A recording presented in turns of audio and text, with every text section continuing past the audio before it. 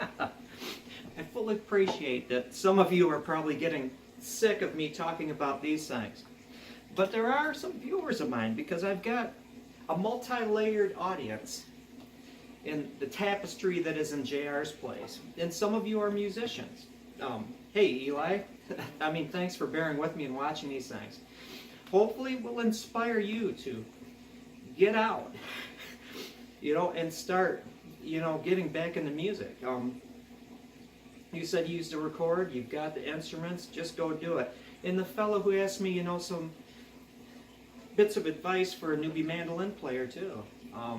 Really, music is a great thing, and it's one of these things that can come along once in a while, especially if you get the right group of people to play with.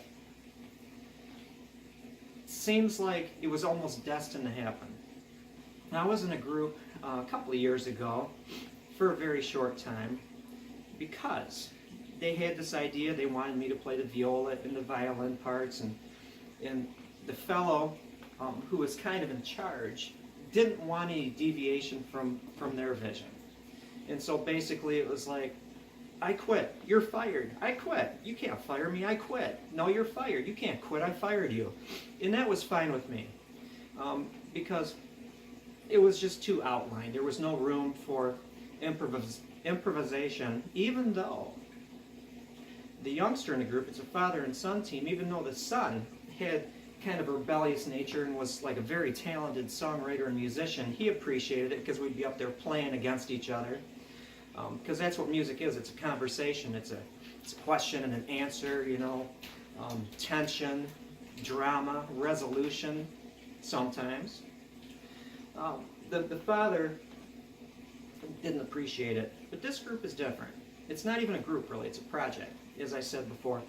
Varied musicians, experience coming in, and basically, what can you offer? Things that they haven't even thought about. Even though the songwriter, extremely talented, I'm not going to play a piece or a part of any of the songs that I recorded, because I take it very seriously, especially in this case, because these things are amazing. I keep saying it, but you shall see. Stay with the program. And I am so fortunate because when you consider a band, there's various parts. The drummer, keeping the beat, driving it forward, along with the bass. And the bass player, we appreciate that. It'd be easy to look at them off to the side in their own little world, just, playing really cool bass lines, sometimes not even noticed, but they're there. The guitar player, the singer, of course, the front man, in this case, it's a male. But I get to play.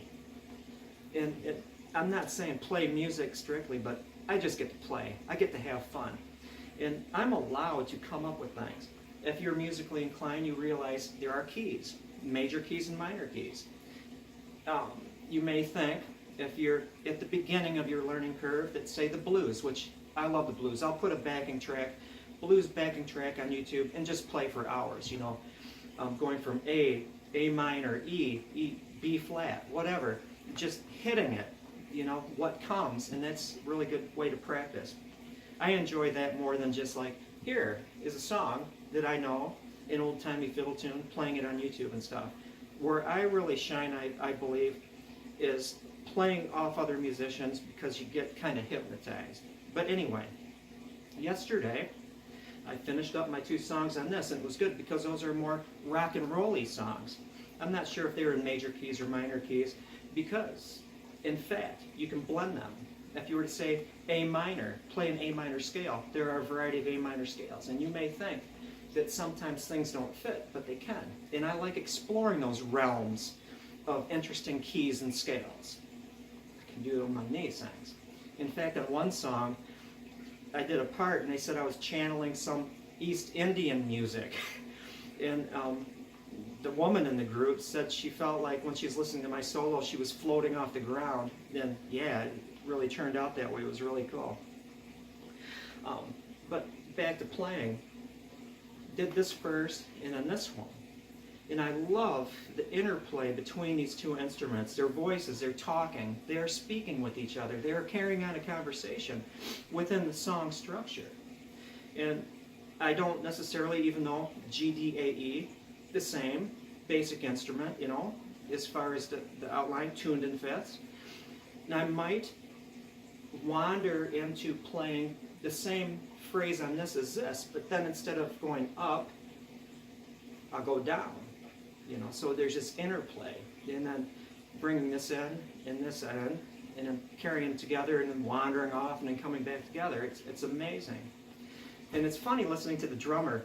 I was sitting after I did my 2 songs, and it went well. I was in the zone, and so the 2 songs, played them 3 times, and so brought this thing out, and I could hear everything in just the basic of the vocals, you know, going through it, my little headphones on, various variations, 3 times on each song. And then they were able to pick, oh, that's really cool, and put that in there. He calls it Frankensteining. And it might seem like it's cheating, you know, different studio live performance, but I'm learning my parts. Which parts work in? When do I come in? And so I can take that, the DVD or CD, whatever it is, I'm not technical, thing with the music that's round and it turns and took the place of 8 tracks, and then learn my part. And so that's good. On one of the songs, I just tremolo the whole time, you know, not jumping around, but just hitting the root note in each chord. And so they were able to put that in there, so it went between, you know, all these little things, and then the tremolo, so that was cool. So I am done. I am done with this now. Bringing in my weird timing, syncopation, putting emphasis on interesting beats, coming in slow where the engineer's like, does that sound right? It sounds right. Doesn't seem right. That's really cool, kind of thing. And that's one thing that got me in that other group. They didn't like that I experimented with the timing as well as the scales and throwing minor things in where you would think would be major, but it's all experimenting. I don't need to play any pieces or parts. I can sit here and you can say, oh, you know, John's full of hot air, he's just breaking and blowing and stuff, but you just wait. The vocals are now being recorded, and I just asked them, can I be on the other side of the glass? And they're like, yeah, that's fine. And so I'm waiting for the sound engineer to let me know when I can just stop by and just watch other people do their thing. That's going to be cool. By the way, BTW, I have the person that makes the decisions for BlissFest, Jim Gillespie. I have played with him before, so he's familiar with my fiddly work. And when we've played together, he plays fiddle and mandolin, but mostly plays the mandolin. When we played together, I know that when I'm hitting some wild parts on the violin, he smiled, and we played off each other. And so I would like to think that I played a little part in his making the decision before I even heard the demo, because he's familiar with all of us, that yes, we are going to be playing a set at BlissFest on the Michigan stage. And last night I was telling Jeff, after the songwriter, that, you know what, when he listens to the demo, we're going to get on the stage 2, which is underneath a giant tent, kind of near stage 1, the main stage. It's a rowdy, kind of more rock and roll-y kind of a thing. And so, there we are. Now it's just the waiting game. It is almost 10 o'clock when I officially start my day. The sun is shining, the birds are singing. I'm all ready to do some cleanup. We're opening Monday. And so, my whole scheme of things is going to change swiftly and surely. I need to do this. I really need to do this. So, bow and arrow stuff. A fellow friend of mine, YouTube friend, because I'm going to be doing a second book, I wanted to feature different arrows. And you've seen the arrows made by Derek of Derek's Primitive Missiles. I've tortured them. I've treated them badly, and they've still survived. I'm going to feature him. And then there's also Cody in the Sonoran Desert, who is an amazing maker of points. You've seen those. I want to feature these arrow makers in the section on arrows on my book. Well, Lucius, hey Lucius, hopefully you're watching this, he sent me his slant. And I love arrows because just like music, arrows are a very personal thing, and everyone has their own slant on it. And if you're working on primitive archery type of things, bows and arrows, you are well aware that every bow you see made by a particular person has its own unique characteristics. That's one reason why I like my painted paddle bows so much, because I could make an Osage longbow that would look like many other people's Osage longbows. But my paddle bows to me are very unique, and I like that.